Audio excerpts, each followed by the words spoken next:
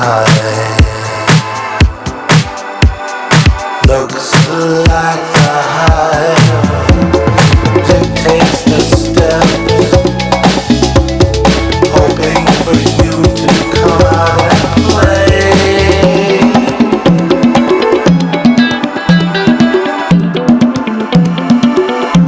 A rainy day,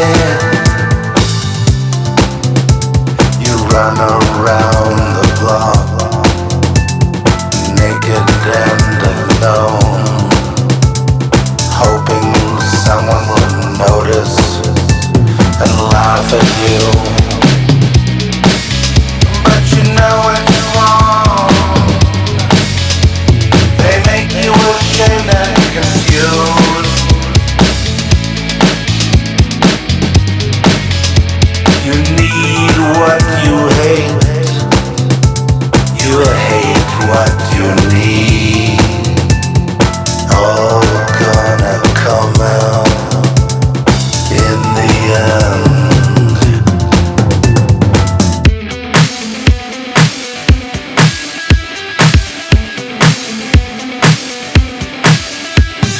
Naked and alone, hoping someone will see you in all your ugliness. You're just hardwired to let them have their way with you. You know what you wanna do, but you don't wanna do it. To force you, to make you do what you wanna do. They're driving you mad. They're driving you insane. How can you get away? How can you live?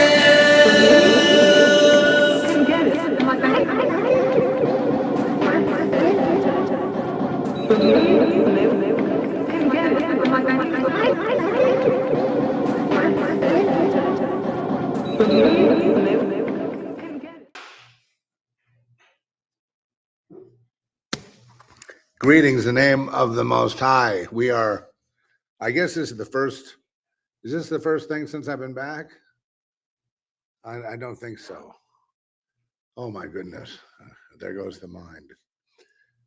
Okay, so obviously we, took a sojourn to Vegas. It turned out to be this kind of spiritual guide to AI. And there's been a lot of thought about it, and now my mind has kind of gone to the demonic and spiritual warfare. And really, the Bible really teaches, like Ephesians 6:12, how to we wrestle not against flesh and blood, but against principalities, powers, above this realm and the unseen world, which today I saw an article that was talking about the unseen world as more real than this one, which I've been saying for a long time. I'm like, hallelujah. I'm sorry, I forget the author's name, but that's just right in my wheelhouse. Okay. So this other world is blocked from us. There is a veil. And by the way, this is Zeph Daniel of the Zeph Report. Cheers. Top of the morning to you. Oh, that is good. I need that. I like it. I don't know if I need it, but I like it. So, but this realm is most informative, This realm, the unseen realm, is where most of the decisions and occurrences happen before they happen here, as above, which is also another title for the unseen world. As above, so below. what gets started in the battle of the heavenlies ends up on earth in the battle of, Armageddon and, World War II and Vietnam and all these conflicts. So we find ourselves in this, precipice of a, the golden, I won't call it golden age, but I'll call it the golden period, where I think people are so disgusted with what has been that they're willing to try new things, new ways. And it's my evidence of this. You notice how a lot of the woke DEI, a lot of these policies, the Green New Deal, a lot of these things that came from Democrats originally, and also the entertainment, the weaponized entertainment complex, have been going to the wayside in favor of more of an ecumenicalism. That means a togetherness between the opposites. I guess I'd be closer to the middle. People in these different parties are closer to the middle. Although, I mean, not to be underestimated, the danger of cities right now is at an all-time high. Your chance of having trouble out there are at an all-time high. Been listening to people talk about Albuquerque, for example, here in New Mexico, as a place not to move because the crime rate is so high that by the time you move in, you look out the window, you see your car being jacked down the street. You see the tail, you see your old California license plate. A lot of people regret moving here, and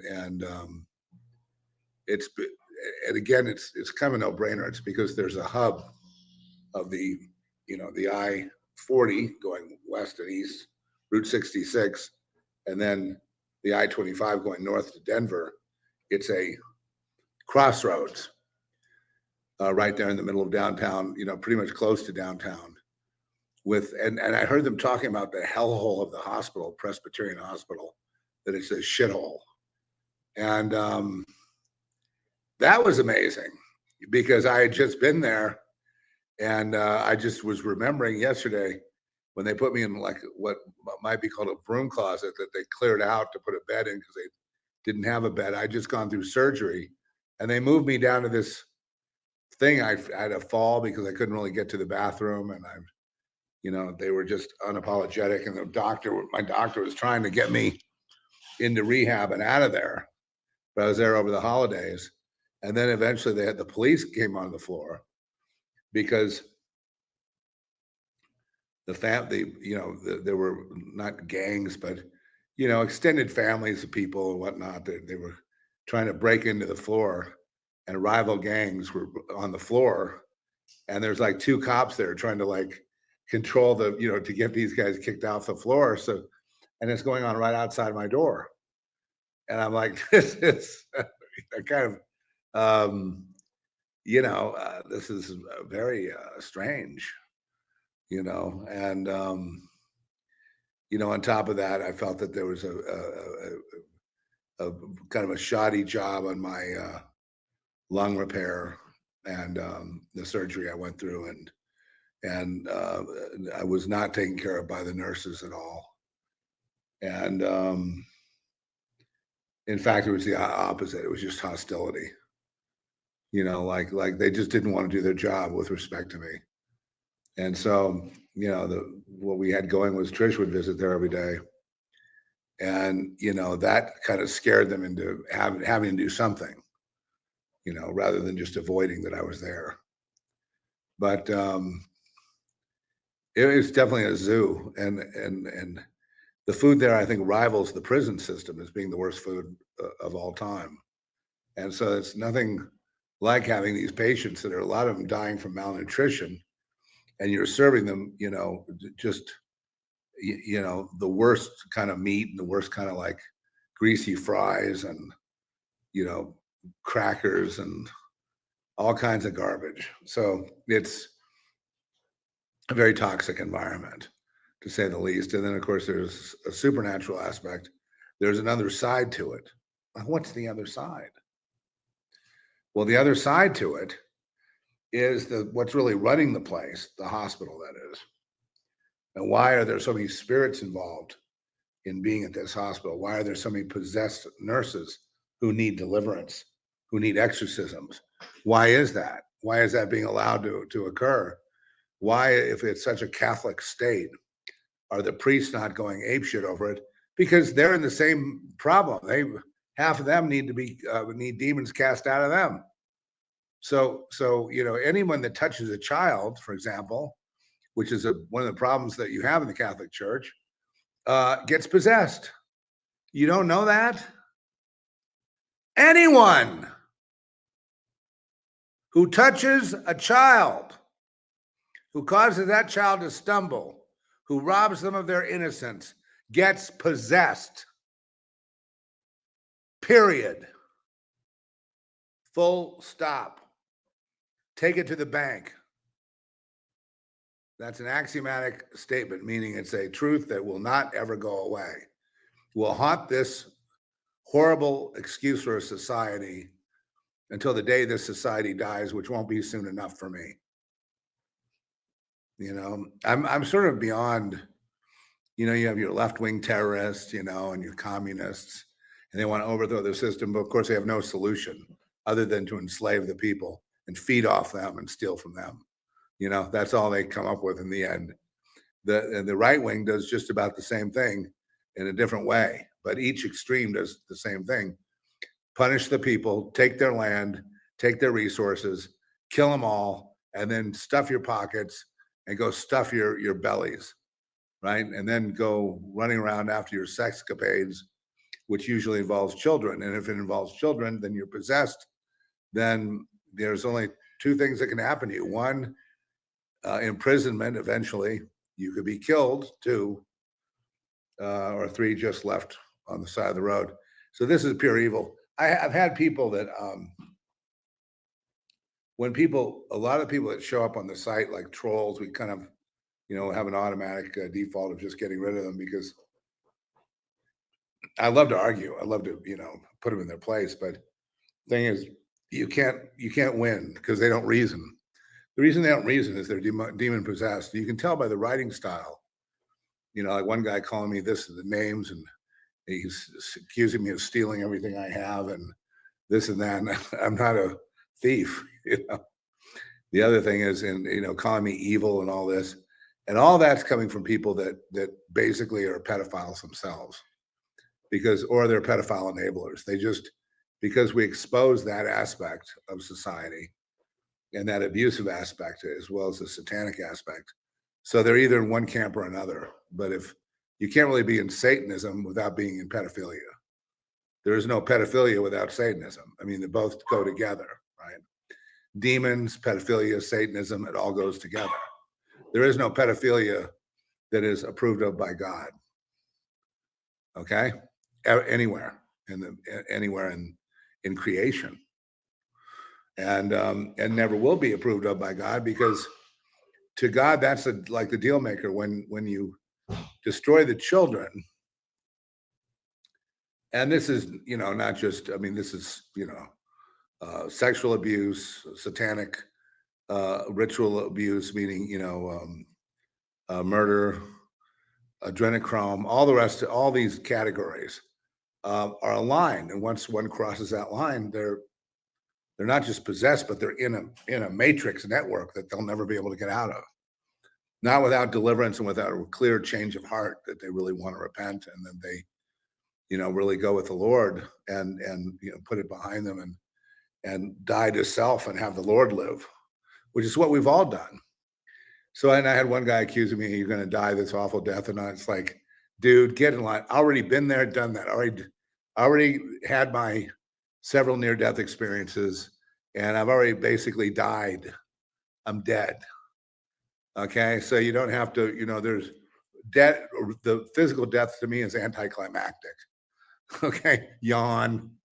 And so people that like go around accusing, trying to whip up fear and stuff, and I know that, in case of one person, he keeps changing his identity. He's labeled as schizophrenic, and he goes off his medication, and he starts writing all kinds of diatribes here and then I'm sure elsewhere throughout the internet. And it's no longer really a plea for help. I've noticed that this guy's gotten like a lot more in the realm of the demons, a lot more doing their bidding. And I knew another guy that did the same thing, who boasted to me that he killed my daughter when he didn't even know her, had no such connection with her. But I mean, they when something happens, they like to take credit for it because they're possessed. The thing that's inside of them probably takes credit for it because it's demonic activity. If you kill yourself, then the demons have won, right? They overrode you. You were weak. You died, literally a physical death, and so they win in that case. So naturally, anyone claiming that they had a part in the death would be possessed with the same demon, would be bragging the demon's accomplishments, because they love to scare people when they're really just completely pathetic, and these threats online, the reason I don't take them to the FBI or to the police is because usually things like that, they just laugh it off unless there's a political gain to be had from it. So there's no point in that. But we've had this kind of talk. I mean, I used to have people attack me on the Zeph report early on, like in the early 2000s, that were, accusing me of being a schizophrenic or a split or whatever, just because I was describing the things that I was seeing and describing some of the states of mind that I had been in and some of the struggles I'd had. And so they take the opportunity to call you a name, like, you're mentally ill or whatever, when in actuality, it's the society that's sick, right? And people who describe things on the other side of that line, the stuff you shouldn't see, usually that disturbs them. They don't want people to see that. So then they try to discredit you from talking so you don't go on with your story, which is what I've said over and over again. And it's just amazing to me how,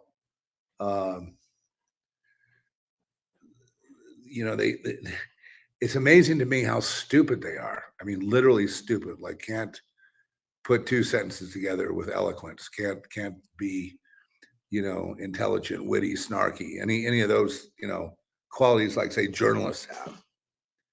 And it's just diarrhea blather out of their mouths. And you feel sorry for it. You're just like, oh, poor guy. I mean, here's a guy that can't talk, can't reason, can't criticize. And so they think if they yell at you and accuse you of things, that's going to make you shrink. It's like, I've already been accused of things.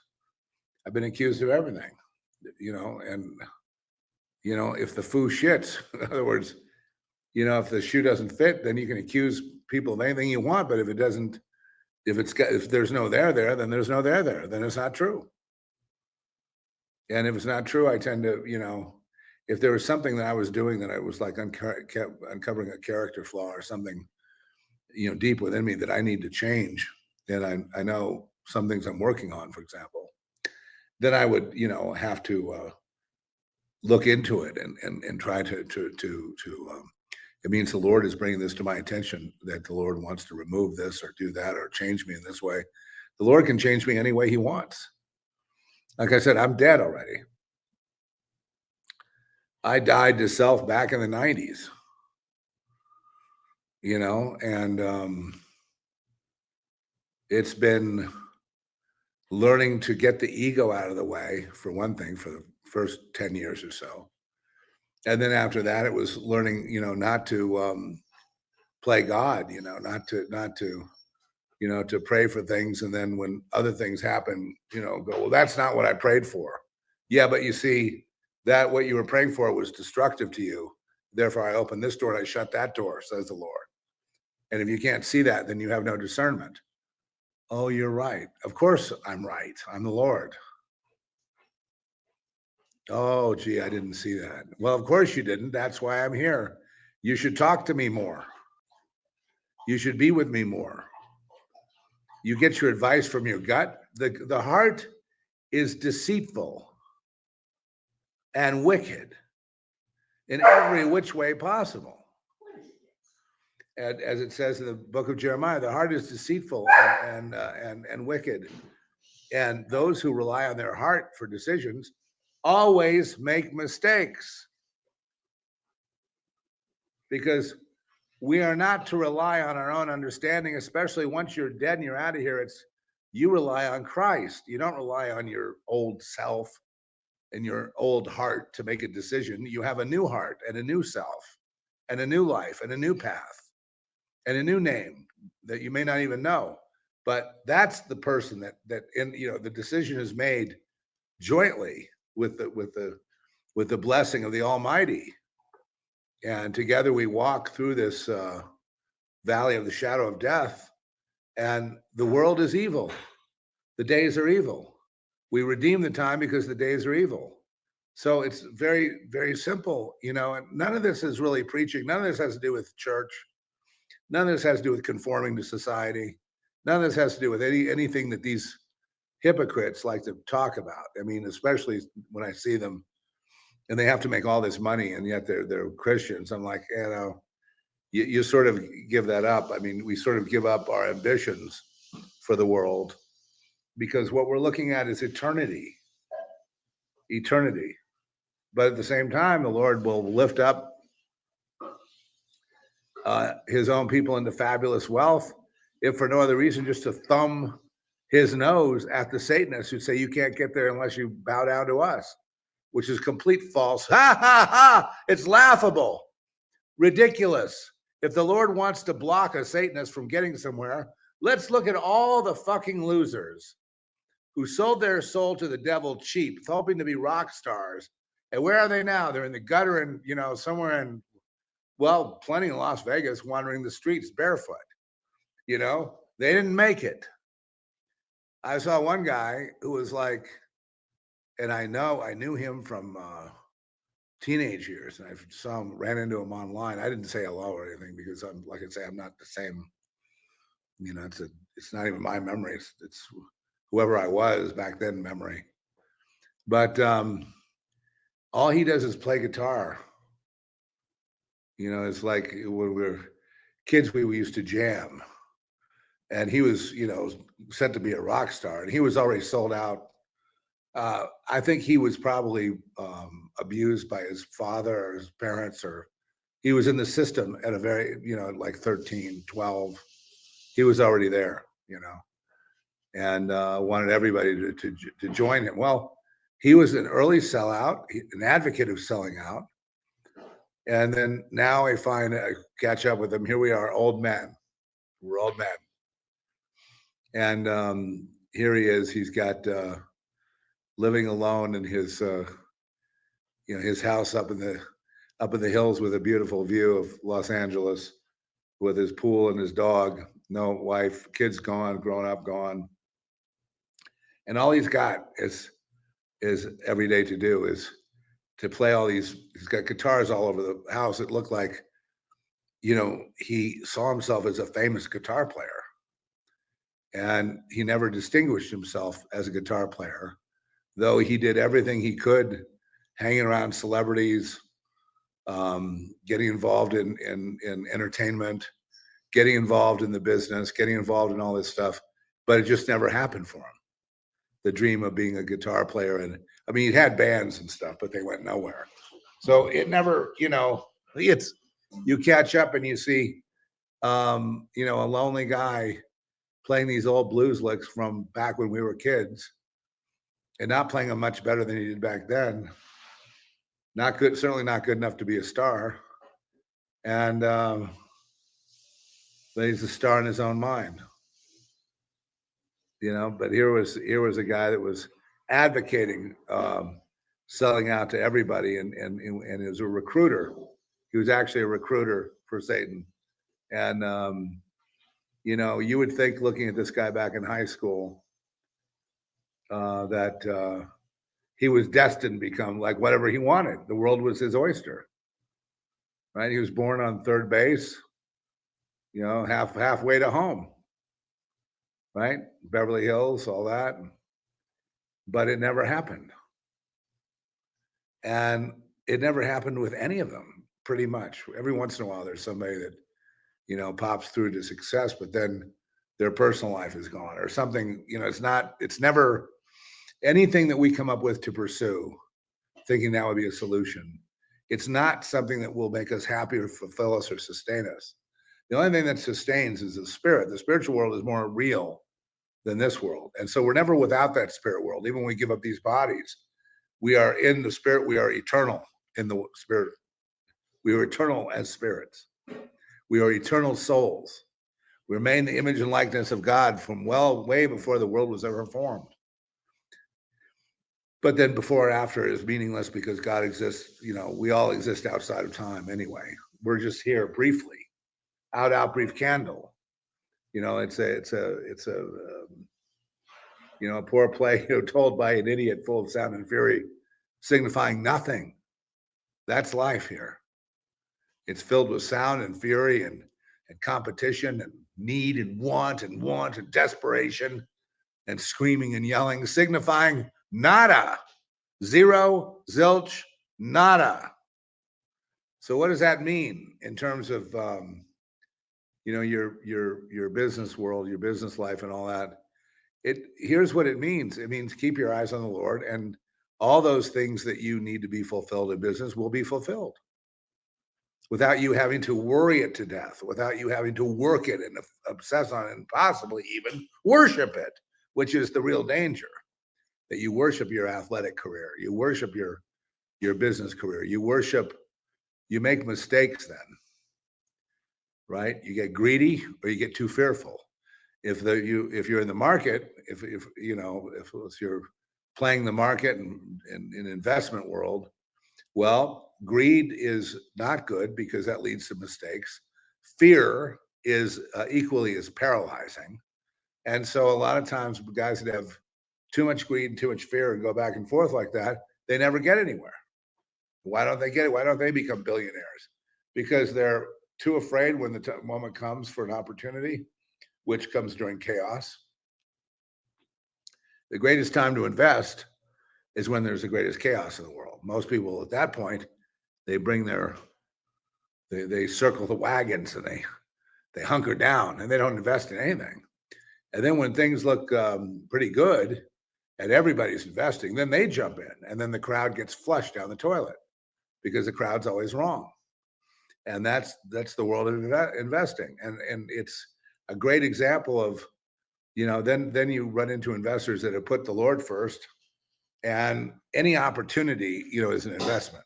Like if I'm making a film, that's an investment of my time, energy, sacrifice and all that. If I worry about it or think about it, then whatever mistakes that I've been making, and there are plenty, will continue and I'll be stuck. But whatever I can do to be in the flow and be fluid with God will mean that whatever God has me doing, since it's not really my idea, I guess I don't have any ideas, but I mean, I wound up doing this, and then I find the best solution is just to be in that state of not worrying about tomorrow, not worrying about what's going to, because tomorrow you've got, is unknown if whether there'll be a tomorrow for you or not. And then the past is already done. And so there's nothing you can do about it by worrying about it. So you have today. And if God leads you through one door, like I just started looking at these non-alcoholic beverages. Have you seen those? I had one the other day. Well, it was like, I don't know, like a sparkling wine kind of thing. It was very kind of complex, and it had that, I don't know what's in it exactly, but it had, it was by a company called Three Spirits.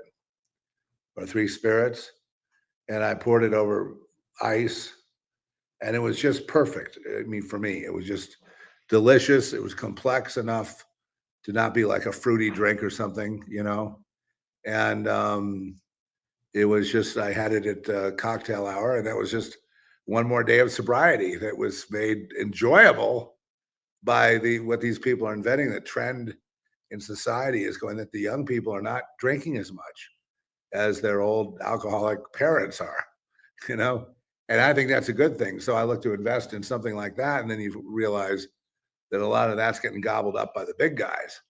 And so maybe that window has passed. I don't know. But I do know one thing, that being vigilant and sober is a good thing. My bouts with drinking, like my love and hate relationship with it, my on and off issues with it, are really nobody's business but mine. I'm aware that there's an issue there. Like I said, you know where I was last night. I was having my great, what is it called? Fire or something? What is that? It's like a sparkling wine kind of thing. And see, maybe I can get Trish will hand it to me and I can show you what I'm not an influencer. I don't get paid anything by this company, but I found this to be very, very good. It's called, it's like in a wine bottle, Spark by the Three Spirit.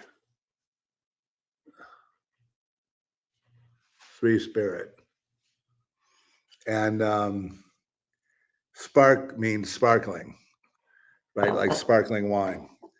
And it totally did it for me. It was like, that's really quite amazing. I'm not into like hemp drinks or like drinks that give you a buzz or anything like that, like going the other way and doing weed drinks. I don't, or mushroom drinks for the high of a mushroom. Not looking to get high. What I'm looking to do is change my state, my consciousness, but slightly. You know what I mean? All I need is just a little switch of the whatever track I was on, and then I'm good to go for the evening. And so this is interesting. I'm learning, that there's. Well, now that I've told you about it, maybe you might get curious. There's a lot of these companies out there. To me, I guess it's like a trial and error. We have some that give you some kind of a buzz. I'm not looking for any kind of buzz. I don't need a buzz. I just need it's like if I take a kava supplement, it relaxes me. There's no real buzz. It just changes your state a little bit. So that I'm not opposed to a drink with that in it, but I'm opposed to drinks with compounds that, again, could create any kind of addiction or any kind of need. Like if I don't have this tomorrow night and, I'm traveling or something, it's really no problem because I get the same kind of the tomato juice. Good tomato juice actually does a similar thing to me, a virgin Bloody Mary or whatever. Yeah. And then, there are different plants and different fruits and things that just do different things. And, you realize one of the reasons I think we're going from a drinking society to, we're so infused with it is because the advertising is basically made us associate everything with it. Like, for example, Christmas, Easter, birthdays, wedding anniversaries, success, your team winning, whatever.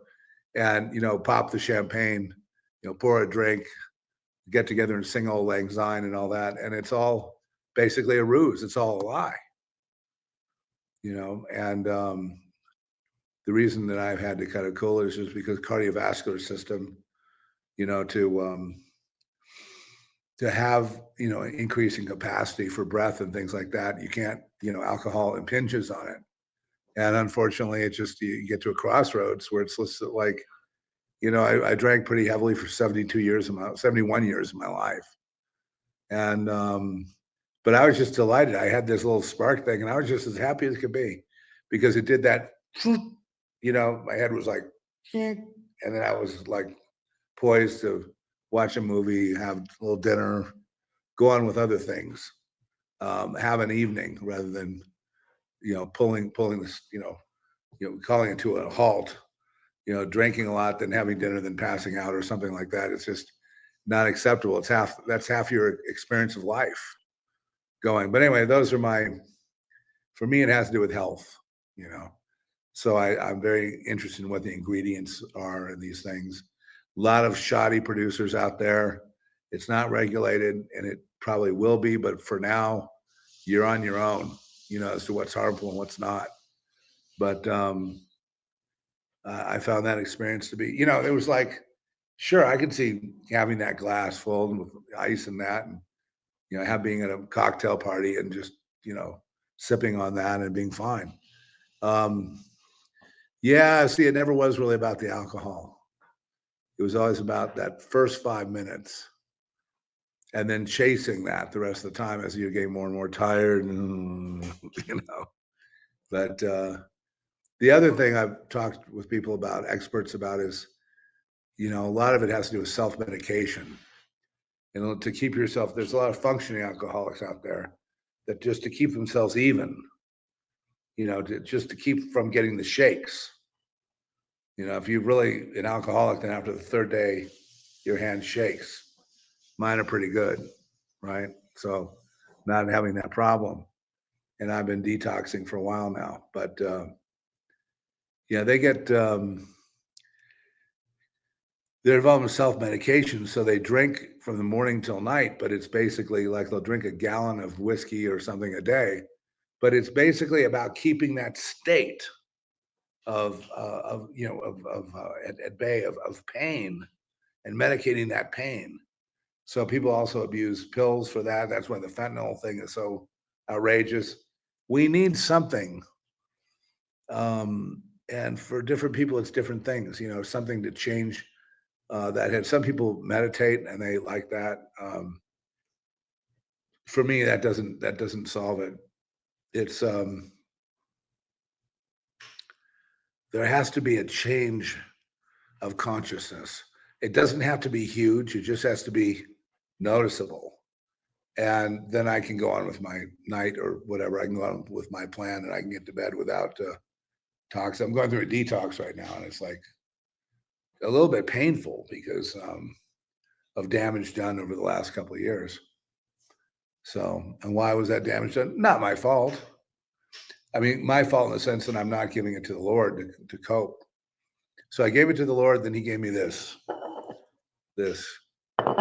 I took it and I was like, hey, that's cool, man. I'm good to go. Let's see how long it lasts. I may fall out of love. If I do, I will tell you. But that was quite a discovery because they put a lot of time and effort into making it like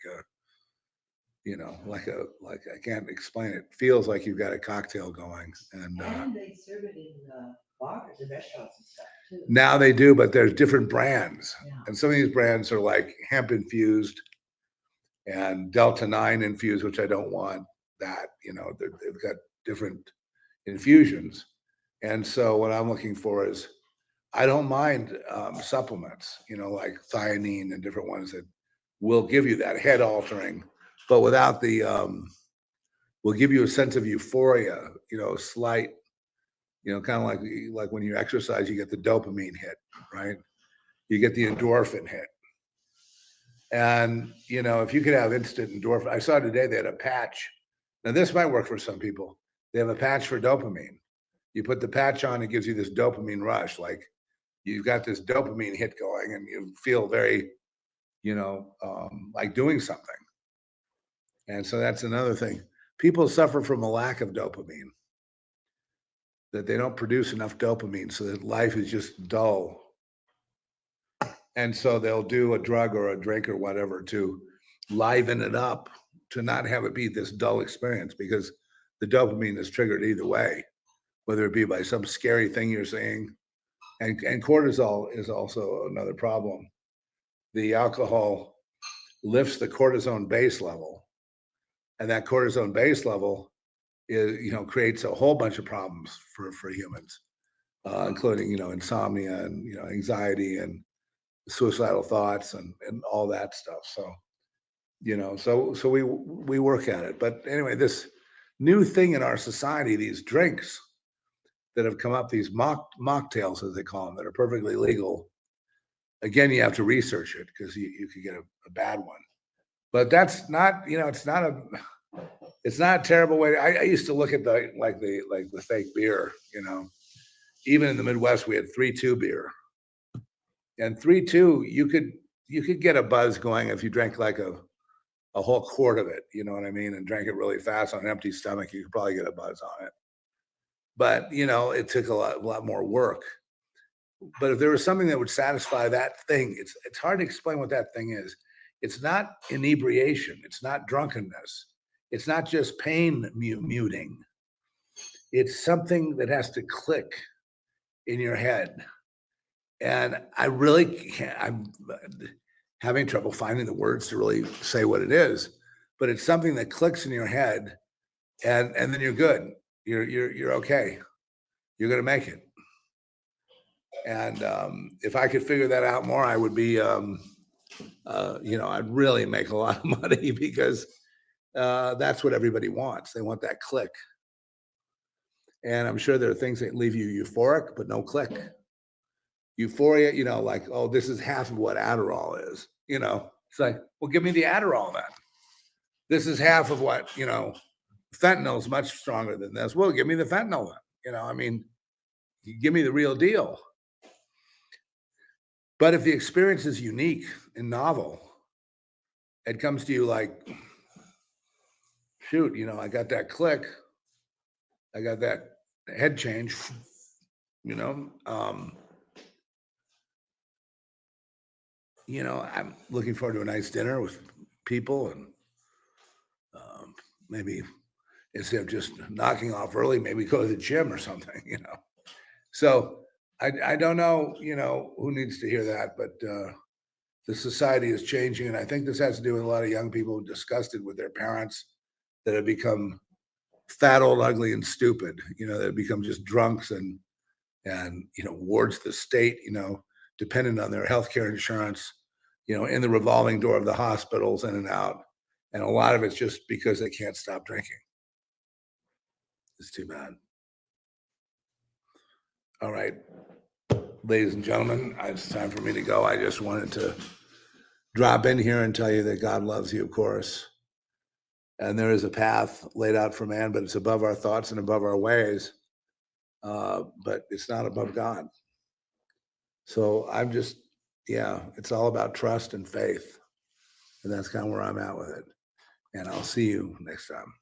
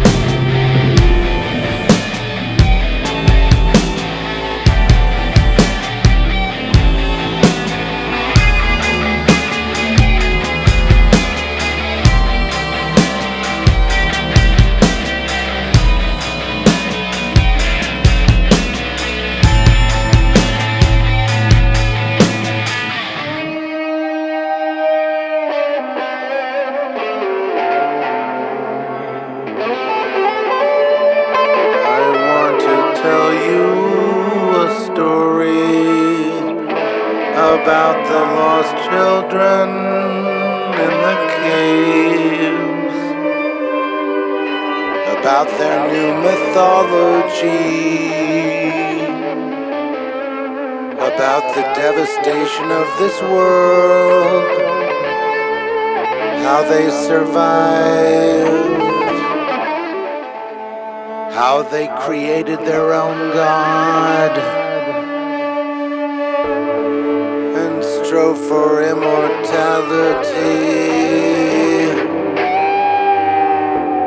but there were enemies. This is that story. The hun on the ground came down. They are not one of us. Kill every last one, starting with the women and their children. They are not like us.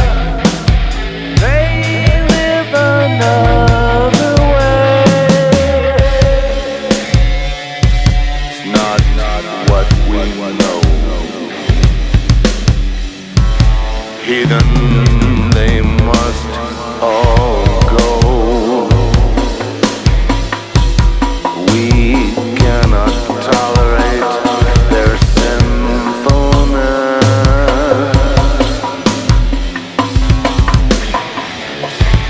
Look up on